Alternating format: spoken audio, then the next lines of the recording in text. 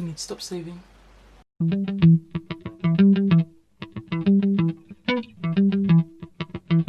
Hey guys, welcome back to my channel. Thank you so much for tuning in today. I am Aya101 in case you didn't know. And today I'm going to talk to you about the reasons why it may not be in your best interest to be saving right now. That just understand though, that this is totally off my brand. I am Chief Saver. Queen Isa, they used to call me, because I'm always talking about how you need to put away your money for the future. But with the way current conditions are right now, it's looking a little bit sticky. So if you're interested to understand why I say that maybe saving may not be the best thing for you to do right now, please make sure you keep on watching. First thing I want to talk to you about is why saving won't benefit you in the long run. The reason why this is the case is because interest rates are very low and inflation is still happening at a normal rate. In case you didn't know what those things are, the Bank of England base rate is what banks use to set their own interest rates.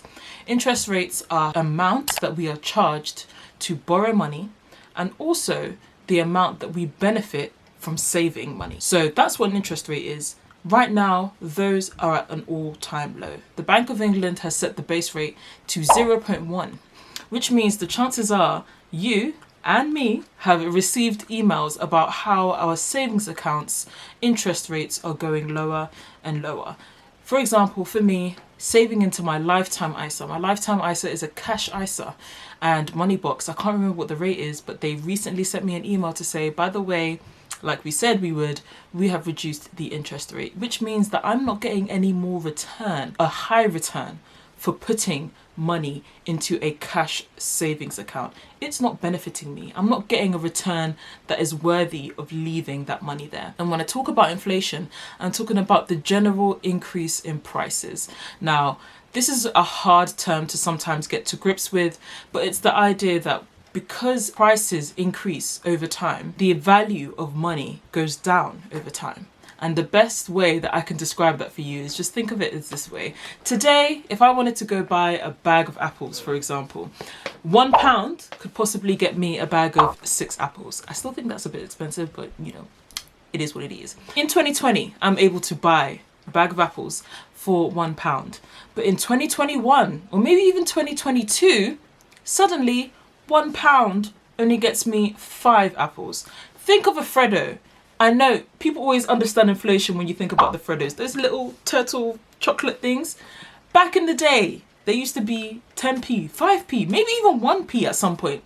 Now, well, I don't even know how much they cost, but say they're like 35p. Over time, the price of cocoa, probably the price of the plastic used to wrap it, has increased, and as a result of that, the good that you're buying, the price of it has also increased. So understanding that £1 that you put into a savings account is not going to be worth what it is when you ideally want to take it out later means that it's not worth putting your money away in a savings account with a low interest rate for too long. And so that's the reason why I'm telling you that saving is not going to cut it anymore. Think about, for example, if you want to save for a deposit, but you have an idea that maybe you want to buy a house in 5 to 6 years. The chances are it is worth putting your money in some sort of investment, maybe a short-term investment that will give you a better return than the savings account, the cash savings account that are currently on offer right now. So the best way to think about it is that if you have the interest rate really low and inflation is still increasing each time, your money needs to do better than inflation. Your money needs to be giving you a return, ideally higher or at least at the same level as inflation. And if it's not doing that, you're losing money. If £1 is only giving you 5 apples the next year, you've lost money. You're losing the value of that money. And because of that, saving may not necessarily be in your best interest right now. The reason why I would say this as well is because in light of coronavirus, in light of the financial crisis that took place a few years ago, right now the interest rate has been at an all-time low and seems to only be getting lower. And it's because we are encouraged to spend. They want us to spend more money to kickstart the economy. And so unless the economy starts to improve drastically, the chances are interest rates are not going to go much higher in the long run. So now we need to find ways to make our money work for us. Okay, well, that's all well and dandy, Ayolu, but what should I do then? I thought I was always meant to save. I understand exactly what you're thinking right now. And in case you didn't know what I'm going to say that you need to be doing, it is investing. Sometimes when people hear the word investing, they're thinking, oh, whoa, stop there. I don't know nothing about that. And don't worry, I do plan to continue on this Investing 101 series so that you understand more about investing, whilst I'm also learning at the same time and sharing the knowledge. So don't worry about that. There are more videos to come. But investing also does not mean what you always think it means. What investing is essentially just putting money in something with a hope of getting a higher return in the future. It's essentially a way of saving, but with more. Saving and getting more out of it. And there are many different ways that you can do this. But before I start telling you about the things that you can be investing in, I'm going to tell you what you need to do, or the things that you ideally need to have in place before you start investing. First thing I would say is that ideally you need some sort of emergency fund. You need to have some instant easy access cash that you can use in case anything unexpected were to happen. The idea is that when you're investing, you are not trying to take that money out immediately. When you're investing, you're ideally investing for the long run. So you need to be able to have money, instant access money, that you can use in case there is any sort of emergency or anything comes up. So before you start investing, ideally you need an emergency fund. A lot of people say about 3 to 6 months worth of your income, or 3 to 6 months worth of the outgoings that you have is what you should do. But ultimately your emergency fund should be set by you. You know what you will be comfortable with, and you need to make sure you have that in place before you start investing. Another thing that I would say you need to have in place or have done before you start investing is to pay off all your bad debts, especially during this time when the interest rate is very low and where inflation is very high. It's not worth saving instead of paying off your bad debt. It's not worth investing if you haven't paid off your bad debt. Why? Because you are still going to be charged interest on whatever money that you have borrowed. Now, when I say bad debt, I'm not talking about like student loans and then because student loans is sort of different, the way it's done and the way it's charged by us. But I'm talking about things like maybe personal loans, things like credit cards, things that are sort of more of a short-term loan and are likely to have a higher interest rate. It's worth paying those off because ultimately, like I said, it's not worth putting the money in a savings account. You're not getting anything out of it. And again, ideally you want to be using your disposable income, extra money, to invest and hopefully get a higher return later. But it's not worth investing money with a hope of getting a higher return later if you definitely have a bad debt there where you're paying off a credit card with a high interest rate. So it's always worth paying off your bad debts and making sure that that is as cleared as it can be before you start investing. Another thing I would say you need to have in place before you start investing is understanding yourself and understanding the type of investor that you are. So things like your risk appetite. How much do you like risk? Do you like to be risky, or are you more of a cautious person? Understanding the amount of money that you are willing to invest in something. Understanding things like, what is my aim here? What am I trying to do? Am I investing for my children? Am I investing for a future deposit? Am I investing in a hope of spending money on a venture later on in the future? Understanding why you're investing and what you're hoping to get out of it is very important before you start investing, because if you don't know what you're trying to do, it's going to be very hard for you to do it because you essentially don't know what you're trying to do.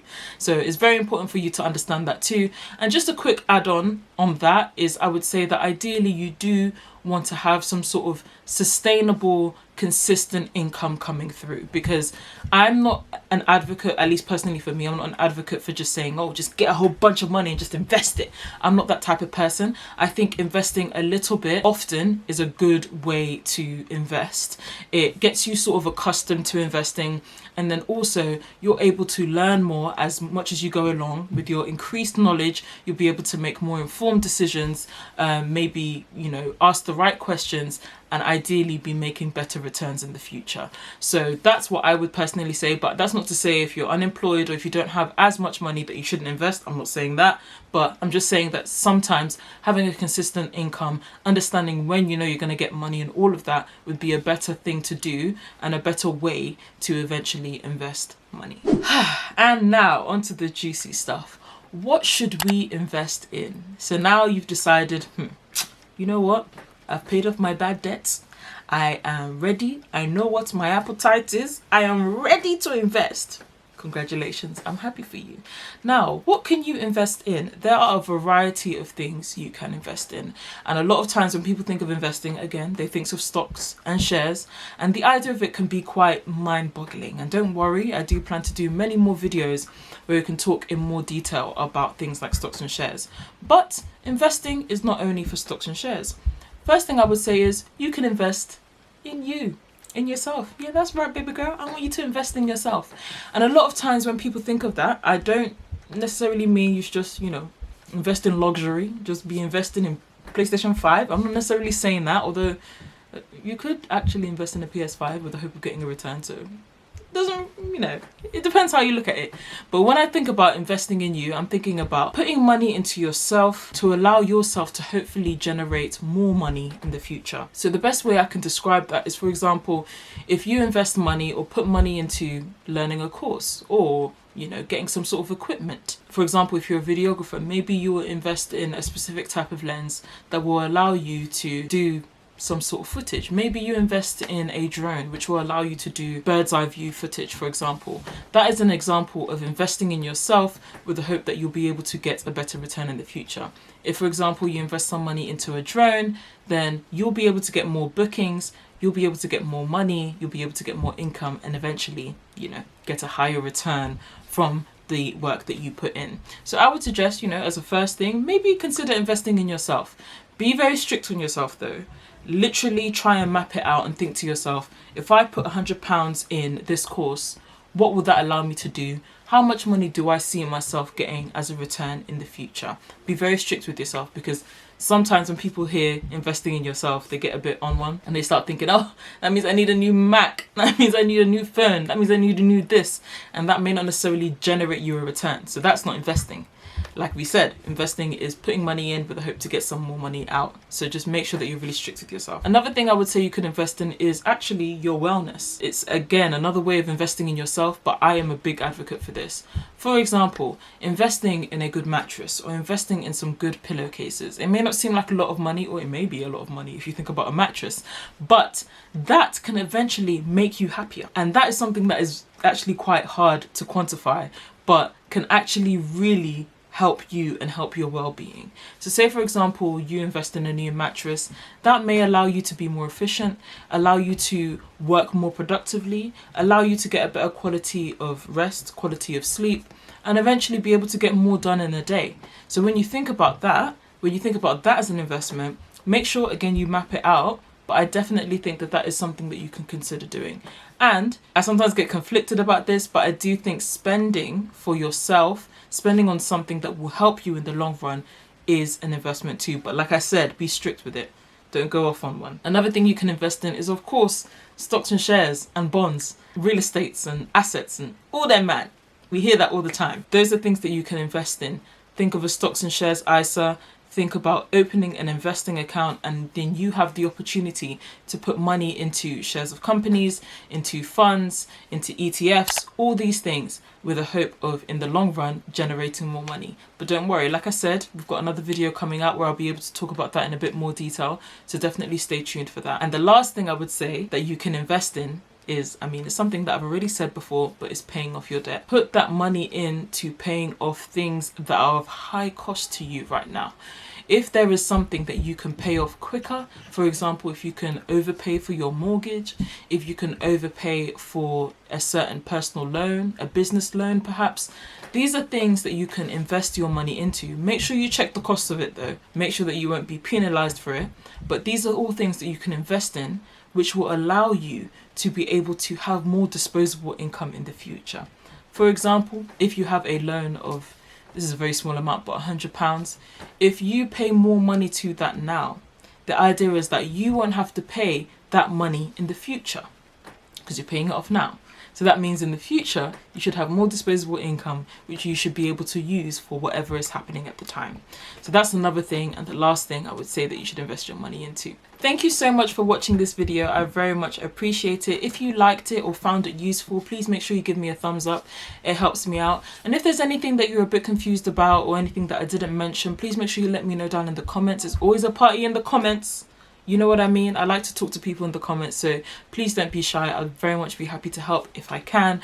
And if you are interested in this Investing 101 series, please make sure you subscribe. The next video I have coming out is going to be busting the jargon. Busting the jargon that all these financial gurus are always talking about.